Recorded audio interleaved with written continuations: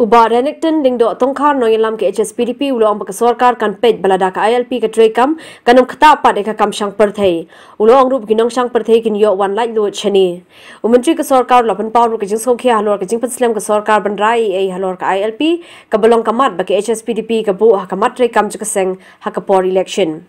Ulong rup ka sarkar klap persang ri kilat kilinti kum ka jingmen jor da ka ying dorbar yak resolution ha ka snem arja kha khandai nang ta ka jingla yakandu iki he sarkar se delhi ru halor ka jingong ulat ba ILP kan khata e ka jala uba Renik ulong ba ka de ka jing sko jong hindre ki pai ba pat ki sngo da kumoi.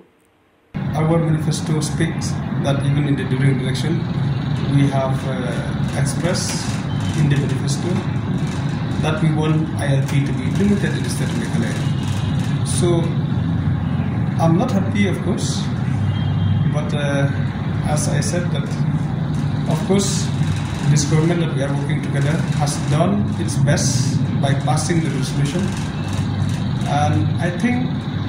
I'll have no blame to this government, to any government. So now, of course, about the attitude of the central government,